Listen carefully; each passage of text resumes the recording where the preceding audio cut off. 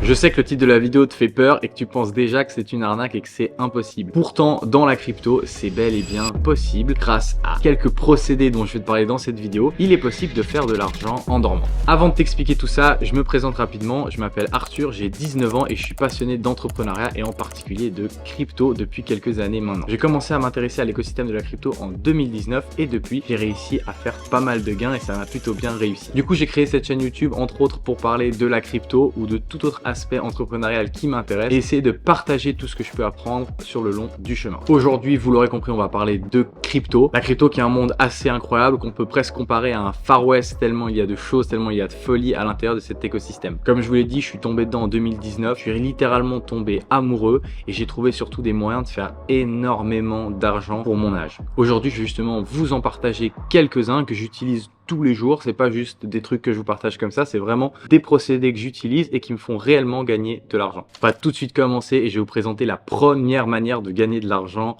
en dormant grâce à la crypto. Vous l'aurez peut-être deviné si vous vous y connaissez un peu, mais on va parler du stacking. Le stacking, c'est un moyen pour les détenteurs de crypto de tout simplement faire fonctionner ou de sécuriser le projet. En verrouillant leur token, ils reçoivent un certain rendement qui peut être journalier, mensuel ou annuel. Et ce qui est intéressant, c'est que ce rendement peut être énorme et bien supérieur à ce qu'on peut voir par exemple sur un livret A ou une autre connerie de ce genre. En gros, si vous avez des cryptos, vous pouvez les bloquer grâce à certains protocoles sur votre wallet. Vous ne pourrez donc plus les vendre, c'est pour ça que vous les bloquez et cela va vous permettre de gagner de l'argent. Ces jetons, la plupart du temps, ils vont servir dans le stacking à valider des transactions et permettre de sécuriser le réseau ou la blockchain. Parfois dans le stacking, il y a d'autres utilités, mais c'est vraiment les principales. Quand on dit stacking, on pense vraiment à la sécurité du réseau et permettre de valider les transactions. Faire du stacking, ça a évidemment de gros avantages, dont un que vous aurez sûrement deviné, ça devient un revenu passif, vous allez gagner en dormant. Car une fois que vous avez stacké ces cryptos, vous allez percevoir un revenu qui sera, comme je vous ai dit avant, journalier, mensuel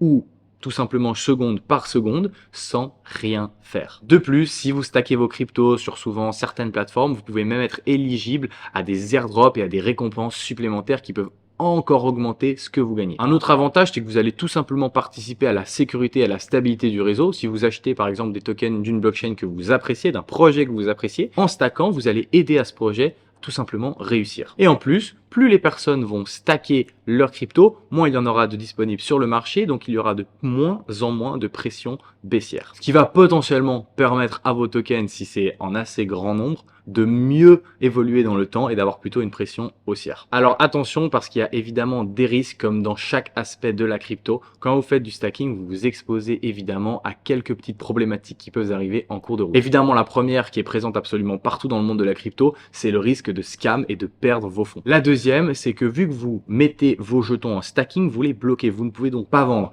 Si le token que vous avez mis en stacking perd de la valeur, vous allez donc en gros perdre de l'argent car vous n'allez pas pouvoir stopper vos pertes en vendant. Pour ce point, ça dépend vraiment en fait de votre stratégie parce que si vous voulez tout simplement holder, que vous vous en foutez que ça descende ou que ça monte, là, ça devient très intéressant parce que de toute façon, vous ne vouliez pas vendre. Certains projets y mettent une période de stacking obligatoire plus ou moins longue, mais la plupart du temps, ce sera en fonction de votre revenu. Par exemple, vous allez pouvoir utiliser un stacking flexible, donc vous pouvez remettre, renlever quand vous voulez, et là souvent, le revenu par année que vous allez percevoir, les intérêts en gros que vous allez percevoir pour mettre votre argent en stacking, il va souvent être très bas. Et plus vous montez, si c'est 30, 60 jours, 120 jours, 1 an, là, ça va monter graduellement. Ce qui est assez incroyable, et vous l'attendiez, c'est que ces rendements peuvent monter jusqu'à plus de 30% par année sur des cryptos qui sont encore très bonnes. Et évidemment, si vous cherchez bien, vous pouvez même trouver des trucs complètement délirants de 200, 2000 même % par année, mais là, c'est souvent sur des cryptos littéralement nuls à chier. Mais sur des très bonnes cryptos, vous pouvez trouver jusqu'à 30% sur des plateformes très sécurisées et connues du grand public. 30%, c'est énormément de fois supérieur au livret A, donc ça peut être très intéressant et c'est pour ça que je vous en parle. Personnellement, ce que j'ai fait avec tout ce qui est le stacking, c'est tout simplement qu'il y a maintenant un peu plus d'1 an, j'ai décidé de regarder mon wallet en entier, de choisir les cryptos dans lesquels j'étais les plus sûr, j'étais sûr de vouloir les holder, donc de pas les vendre sur une grosse période et j'ai stacké mes cryptos pour un certain temps. Ça m'a permis en fait de m'en foutre de la variation du prix parce que de toute façon elles étaient stackées, donc je ne pouvais pas les vendre, je ne pouvais pas les trader, et en plus ça m'a permis de clairement augmenter mon gain parce qu'après plus d'un an, il y a certains cryptos sur lesquels j'ai eu plus de 30% de rendement et ça fait toujours vraiment plaisir. Si vous voulez faire du stacking, vous pouvez utiliser des plateformes. Il y a par exemple Meria, je suis pas sponsorisé par eux, mais c'est un projet qui est français, qui est très de qualité, soutenu par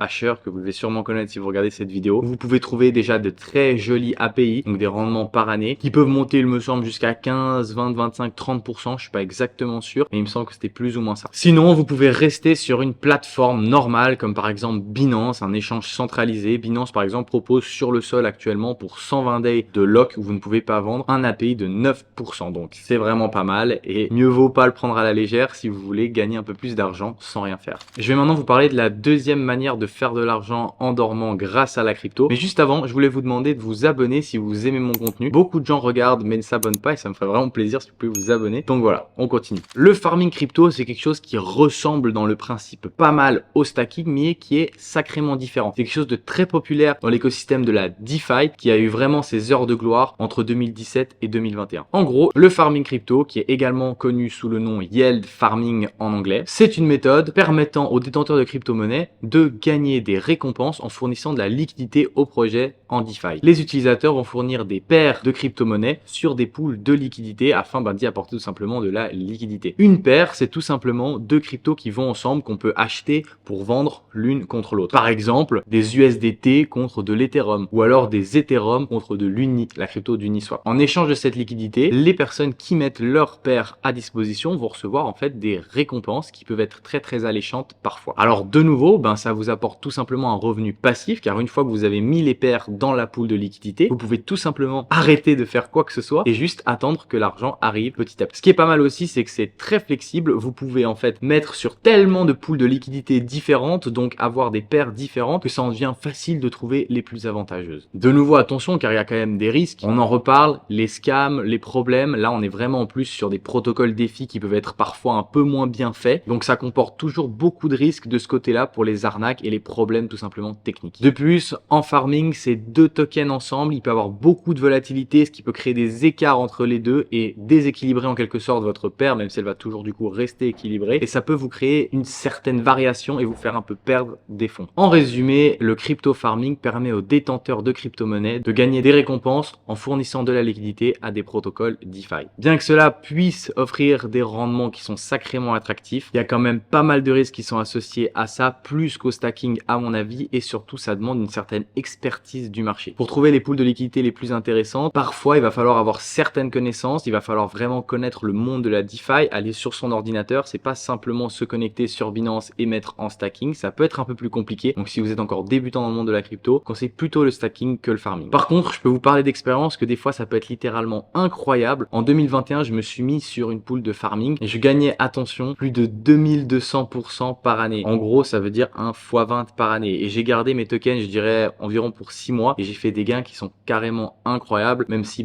c'était 2021, ensuite j'ai pratiquement tout perdu. Mais bon, pas grave, je me suis refait depuis. En tout cas, ce qui est sûr, c'est que les opportunités sont là, mais faites attention si vous n'avez pas beaucoup d'expérience. Prenez toujours une bonne gestion du risque et faites attention à ce qui peut arriver parce que vous pouvez tout perdre à tout moment, surtout dans le farming et dans les processus un peu plus compliqués de la blockchain. Je vais maintenant encore vous parler d'une troisième manière de faire de l'argent en dormant et c'est tout simplement les bots de trading, à savoir les bots sandwich. Un bot sandwich, c'est tout simplement un bot qui va regarder le marché en permanence, qui va regarder les pools, quand est-ce qu'il y a des achats et des ventes. Lorsqu'il va détecter un gros achat sur une petite crypto, il va aller acheter juste avant en augmentant les frais de gaz, donc pour aller plus vite pour que la transaction soit faite. Ensuite, il va avoir l'achat et à ce moment-là, juste après, il va vendre et il va réussir à tirer une petite marge de ça. S'il le répète beaucoup, il peut faire beaucoup d'argent. Pour vous donner un exemple plus concret, imaginons qu'un actif, il est à 1 dollar et qu'il y a quelqu'un qui va en acheter pour une grosse somme. Du coup, en gros, le token devrait monter à 1,20 $. Lorsque le bot va détecter que cette transaction arrive, il va acheter juste avant pour faire monter un tout petit peu le prix. Ensuite, la grosse transaction va acheter et il va direct revendre plus tard. Ça va peut-être lui faire gagner 20%. Alors évidemment, c'est rarement des 20%, c'est plutôt des tout petits pourcentages que ce genre de bots font, mais ils en font quand même et surtout ils en font toute la journée. Donc remis sur assez longtemps, ça permet de faire des jolies performances. Par contre, attention parce que déjà, pour vraiment profiter de ces bots, il faut avoir un assez gros capital parce que c'est quand même déjà assez dangereux et en plus, il va falloir en faire beaucoup pendant longtemps pour être vraiment rentable grâce à ça. De plus, ce bot, il est pas magique, il réussit pas toujours à faire ce qu'il veut et parfois il prend très cher. Un certain temps, j'étais sur un tout petit projet très à fond, je regardais toutes les transactions, vraiment j'essayais vraiment de monitorer le projet au maximum, c'était en 2021 ou 2020 même. Et du coup, je voyais énormément de ces bots et je peux vous dire que 2-3 fois, ils se sont fait exploser et là, ils perdent beaucoup. En plus, ces bots sont pas gratuits à moins que vous ayez des compétences de code et que vous puissiez faire vous-même le bot, il va falloir le payer, donc ça peut être compliqué et cher. Il existe aussi des bots d'arbitrage qui vont acheter lorsqu'ils vont voir qu'une paire va être un petit peu plus basse que l'autre sur le même token. Par exemple, si Uniswap est un peu plus cher contre des USDT et un petit peu moins cher contre des DAI, qui sont les deux des tokens A2C au dollar, il va rapidement aller acheter sur une paire pour revendre sur l'autre et faire un petit bénéfice. Mais bon, comme je vous disais, le faire par soi-même, c'est littéralement impossible avant que vous ayez vraiment de la chance. Donc, si vous voulez faire de l'arbitrage ou des bots de sandwich, il va falloir trouver des bots qui marchent, faire attention aux arnaques, être capable de faire une bonne gestion du risque. Ça peut être compliqué. Donc de nouveau, si vous êtes débutant, c'est peut-être pas le premier truc vers lequel se tourner.